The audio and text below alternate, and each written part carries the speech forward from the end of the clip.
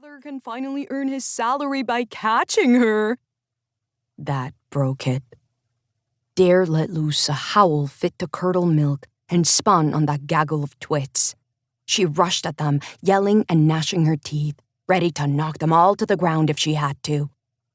That was enough to send them scrambling back, leaving Dare room to cut through the gardens surrounding Founders Hall and head to the narrow lane that led out to the salt marsh. Not even Gavin would follow her out there. Like everyone else on the island, he might pretend to know there were absolutely no more monsters, but he wasn't brave enough to put that theory to the test. Once she was safely outside the town limits, sand and dune grass crunching underfoot, Dare began to uncoil. The relentless loop replaying the events of the day was replaced now with the promise of checking on the turtles' nesting grounds. This was the Barrows Bay she loved. The wild, untamed shoreline of the Back Bay. The great oak trees dripping with moss, bowing to one another on either side of the lane. A wilderness that had been thriving long before the Paragon, with its sole survivor, had washed up on these shores 3 generations ago. Sometimes, when she was out here alone like this, Dare would pretend it was she, not that milksop Louise, who had survived the shipwreck and landed here all alone on this island filled with monsters. Stronger and far braver than Louise, Dare would have fought the beasts off herself.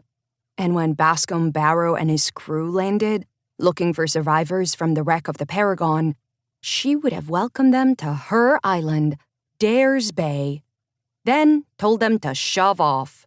No fussy mansions, no shops, no schoolhouses, and most especially, no other people allowed. Well, there was one other person Dare would have allowed on her island. Father. She couldn't imagine a life without him, so she always included him in her game. Everything she knew about monsters came from him. Their names, what they looked like, which ones had terrible claws, fangs, and poisonous spikes, all of which made this imagined world of hers that much richer. But she was in no mood for playing today. The schoolmarm casting her as the Garbinal in the pageant was cruel, especially with Frances playing the part of Louise. The monster's attack on Louise was known to be vicious. Dare was only playing her part.